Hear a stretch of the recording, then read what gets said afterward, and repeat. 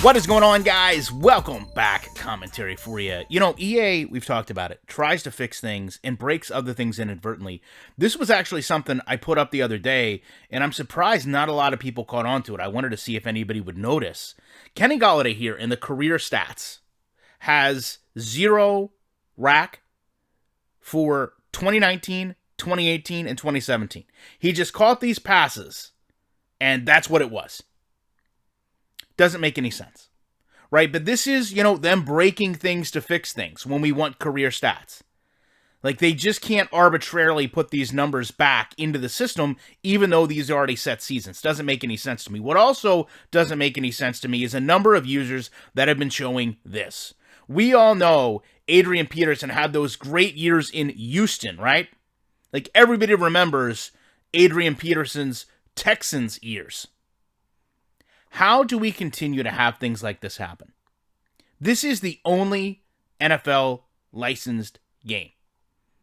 Yet, we have people scouring their games just to see if players were actually cited correctly in their teams going back to historic seasons. Now, I understand people can make these things up. They could go in and I don't know. I'm sure they could find a way to do it. A lot of people will say, rather than admit EA makes a terrible game, blame the person that puts the image up. But when you look at Adrian Peterson, I'm reminded of those great years that Kareem Hunt had in Chicago. You know, his breakout 2018 season, where he had 7 touchdowns and the second best season of his career. I mean, everyone remembers this, right?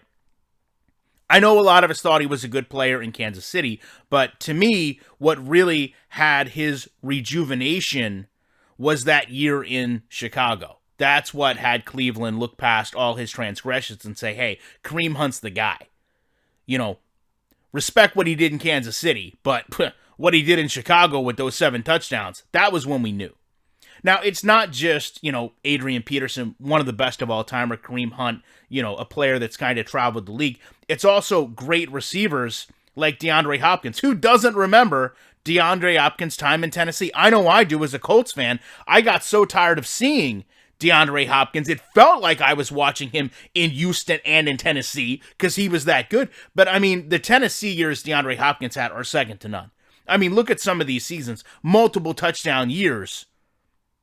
I don't even know how Tennessee can have problems at quarterback if this is the case, right? I mean, who doesn't remember DeAndre Hopkins' 2015 season where he went for over 1,500 yards and had 11 touchdowns, averaged 95 yards a game, and then did it again in 2018, almost 100 yards per game, right?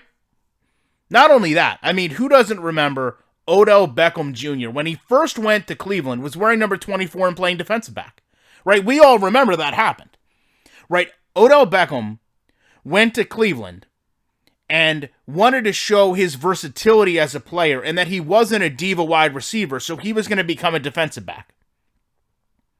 This is EA revolutionizing the way we look at football.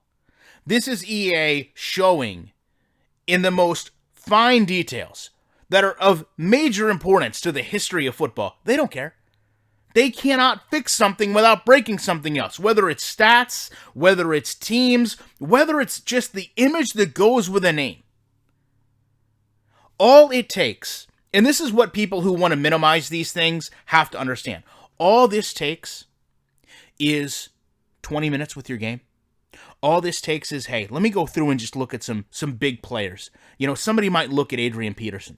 Somebody might look at a player that recently got traded like DeAndre Hopkins. Let's just make sure everything's clear, right? Do I expect you to go through every single player and overanalyze every single stat to make sure it's right? Of course not, okay? Some of that we as a community can police for you, right? We'll let you know if a player doesn't have the right cleats, the right gloves, the right armbands, whatever the case may be. In some cases, the players let you know themselves, right? But all this takes, this image right here, is just going through a couple games and saying, oh, wait a second, this isn't right.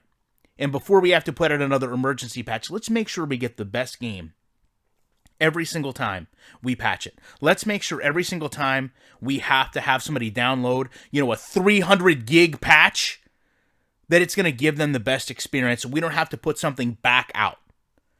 But EA doesn't do that for us. EA doesn't give us that luxury. Because EA knows they have the NFL exclusive agreement, and all they have to do is put out a game every year, no matter the quality. And sooner or later, somebody will end up buying it because they want to play an NFL license game. And then you'll get somebody like me that sits here and gets sent this stuff because that person finds this game atrocious and makes a video about it to share with everyone. You would think every day they would go into their office and they would have a picture of me or my Twitter or whatever and say, stop this person. Make sure this person can't make another video. I'm asking you, EA. Give me a week off. Give me a vacation from your horrible football game. Right? Do nothing for a week that warrants me creating content. Please. Let's see if you can do it. A little challenge for me to you. Next week, right? The third week of November. Can you give me the week off? Love to know your guys' thoughts on this. Appreciate you checking it out. You know. Well, wait a second. We don't know. I might not be back. Maybe EA will listen. This could be the last video for a week with more commentary.